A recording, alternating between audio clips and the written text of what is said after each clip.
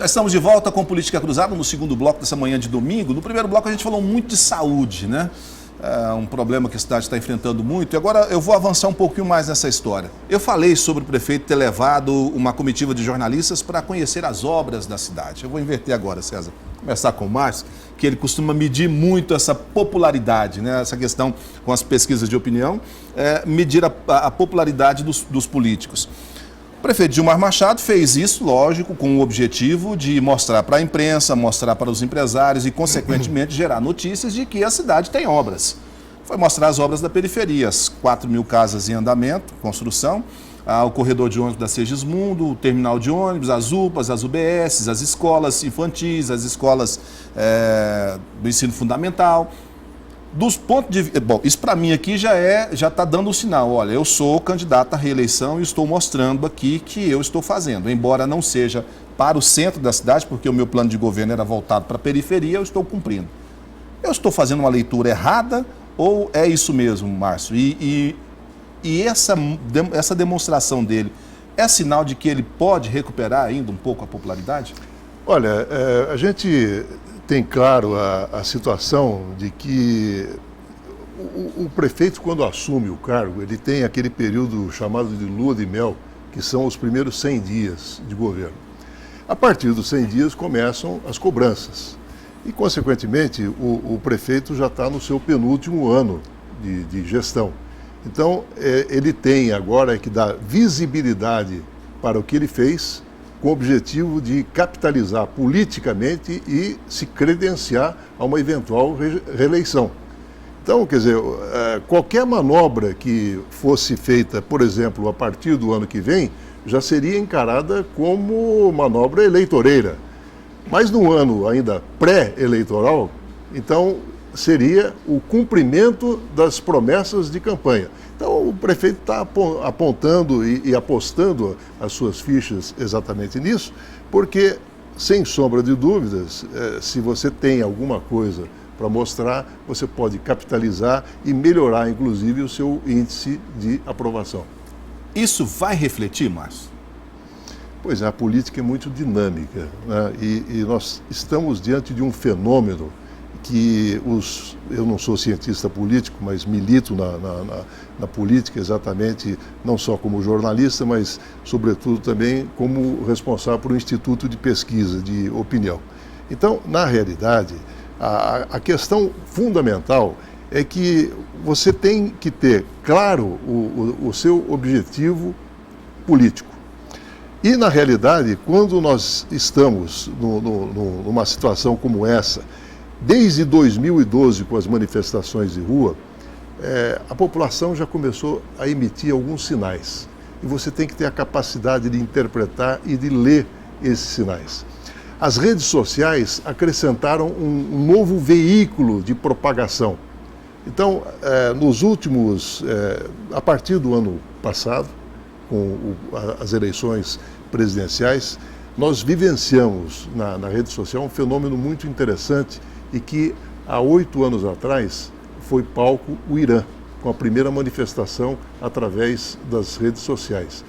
Então, a Primavera Árabe. Então, evidentemente, nós precisamos estudar muito bem esse fenômeno para entender a força e o impacto que isso tem no próprio ambiente político. Vamos lá, César, quero saber... Eu acho que assim, política anda junto com a questão econômica, né? Então, na verdade, o ser humano, de maneira geral, nós todos, portanto, agimos de acordo com o nosso bem-estar.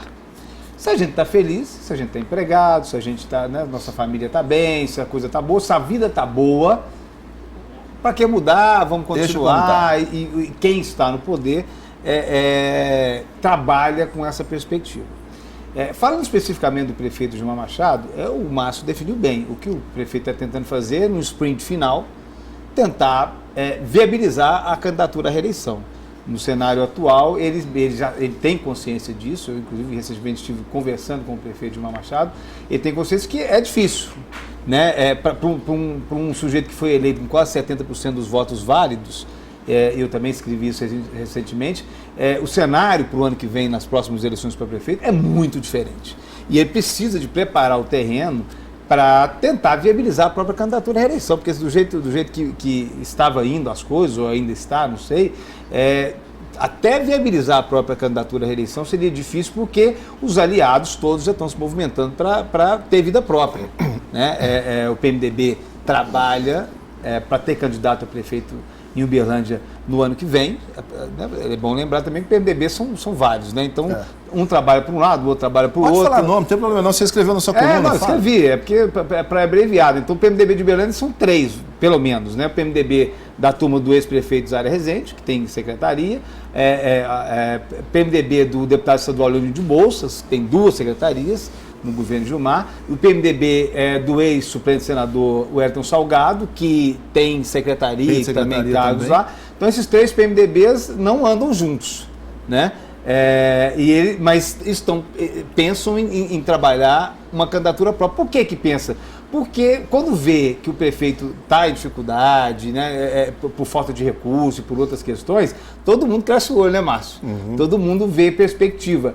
E, inclusive, nesse momento político de Uberlândia, o cenário é o seguinte, e o próprio prefeito parece que, de alguma forma, está convencido disso. A ideia é dividir forças no primeiro turno, ou seja, hoje, a turma que está na situação, lançar aí 2, 3, até 4 candidatos, tipo todos contra o ex-prefeito Adelmo Leão. Todos contra o Adelmo Leão. Vamos lá, vamos lembrar então. Você citou o Thiago Fonseca, que é presidente do Sindicato Rural, que poderia ser um nome do PMDB. O Thiago Fonseca, segundo ele próprio, tem conversado diretamente com o vice-governador Antônio Andrade. Né?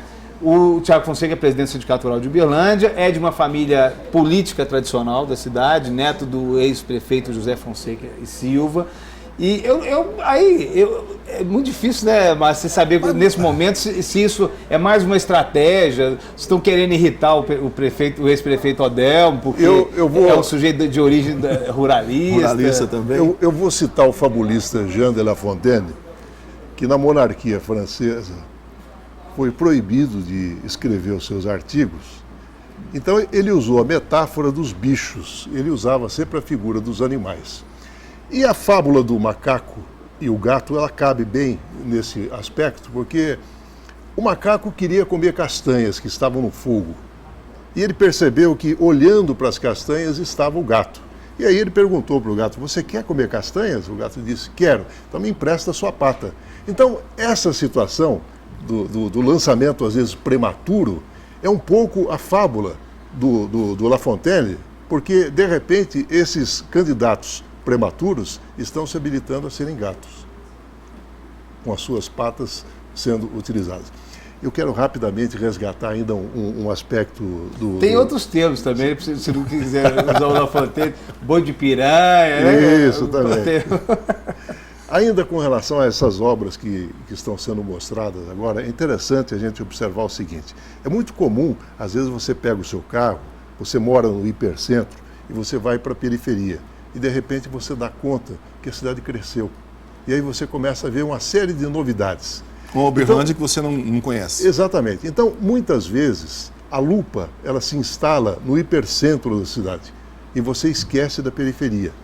Então, por exemplo, o Gilmar, ele foi eleito, como disse o César, com 70% dos votos válidos e, consequentemente, o cinturão da cidade, principalmente a periferia, que contribuiu muito para essa votação expressiva. Então, evidentemente, nós muitas vezes não olhamos direito o que está acontecendo na periferia. Então, quer dizer, o prefeito, na realidade, ele está tentando resgatar e mostrar esse lado da periferia.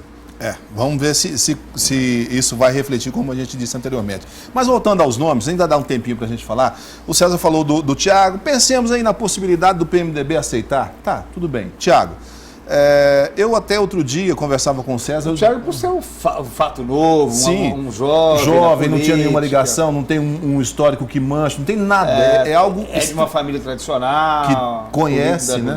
Não chegou à presidência do sindicato à toa. Então tem um histórico bom aí que pode ser utilizado. Ok. Eu perguntava para o César sobre o Tenente Lúcio. Como é que ficaria o Tenente Lúcio nessa história? Ele provavelmente deve ser candidato ou deve lançar candidato pelo partido dele é bem possível que no ano que vem desembarque do governo. Isso aqui são análises, não quer dizer que seja verdade absoluta, né? Ele iria, no eventual segundo turno, se ele não estivesse no segundo turno, ele iria com quem? Nós estamos falando do PMDB, agora do Tenente Lúcio. Colocando isso, nós temos 4 nomes, então. O Odelmo, que para mim é candidatíssimo, já esteve aqui, e aí eu perguntei para ele se ele seria candidato a prefeito, ele disse que continuaria sendo deputado. E eu disse para ele, então o senhor está me afirmando que não é candidato? Ele disse, não, eu estou dizendo que hoje eu sou deputado. Então, para mim, ao dizer isso, ele disse que ele é candidato no ano que vem. Então, Odelmo... Se é ou se não é, nós só vamos ficar sabendo no ano que vem, na última hora, porque o experiente deputado... Não vai... Né, e ex-prefeito, ele não vai fazer como o Márcio disse, usando a fala do Não vai usar a pata dele, né? Deixar que a sua pata seja, no caso dele, não de gado, mas de leão, seja usado para botar no fogo. Então, nesse sentido, eu cito aqui uma frase do notável político Carlos Lacerda, né? Uma raposa da política brasileira. Grande orador. E que disse certa vez que em política mais vale sair para depois voltar do que tentar ficar e não permanecer. Então, eu acho que isso serve muito bem para exemplificar essa situação. Mas pensemos nesses 4 nomes, então, nessas possibilidades. Gilmar, que pode disputar, pode se viabilizar e disputar a reeleição. Odelmo, que gostaria de voltar e, de repente, fazer um confronto direto que não pôde acontecer em 2012, agora aconteceria entre ele e Gilmar, né? E ainda teríamos por fora o Tenente Lúcio, um candidato dele, e o candidato do PMDB, que pode ser o Thiago. E aí? Não, eu acho o seguinte, eu acho que o ex-prefeito e deputado federal Odelmo Leão hoje é um nome forte da oposição, é o grande nome da oposição. O que não significa dizer que a oposição não possa ter outro candidato. O próprio Felipe, né? Não, o Felipe ele já deixou muito claro de que só seria candidato a prefeito se o Odelmo não for. Ou seja, eu faço o que o Odelmo determinar, inclusive já chamou de chefe o Odelmo. O Felipe não vai sair contra o Odelmo, eu não vejo essa, estou falando do deputado estadual Felipe Atier. Agora, então, partindo do princípio que a oposição tem um candidato forte, que é o ex-prefeito, a outra estratégia, ao que parece, e nesse momento está colocado em Uberlândia, é que teríamos dos atuais líderes da situação, mais de um candidato para tentar garantir ao menos uma disputa no segundo turno e aí sim todo mundo ir com esse que passar para o segundo turno da situação. Esse é o cenário de momento. Eu acho que o prefeito o Gilmar Machado, independente de qualquer coisa, é candidato à reeleição, é pré-candidato à reeleição, porque independentemente da chance ou não de se reeleger, uma campanha seria uma oportunidade que eu não poderia deixar de passar para mostrar o que ele fez, né? O tempo de TV, a estrutura de campanha, para mostrar o que ele fez, que se ele não for reeleito, ao menos ele prepara um terreno para tentar ser deputado federal 2 anos depois. Agora, de qualquer maneira, historicamente, se a gente fizer um retrospecto, nós vamos observar que o ano em que Uberlândia teve o maior número de candidatos a prefeito foi em 1988, com 6 candidatos disputando a eleição para prefeito. Mas, tradicionalmente, há sempre uma polarização entre 2 nomes. E, consequentemente, acho que a tendência sempre é não fugir a essa regra. Bom, a gente vai fazer um intervalo rapidinho para tomar uma água dessa vez. A gente volta já já, não sai daí.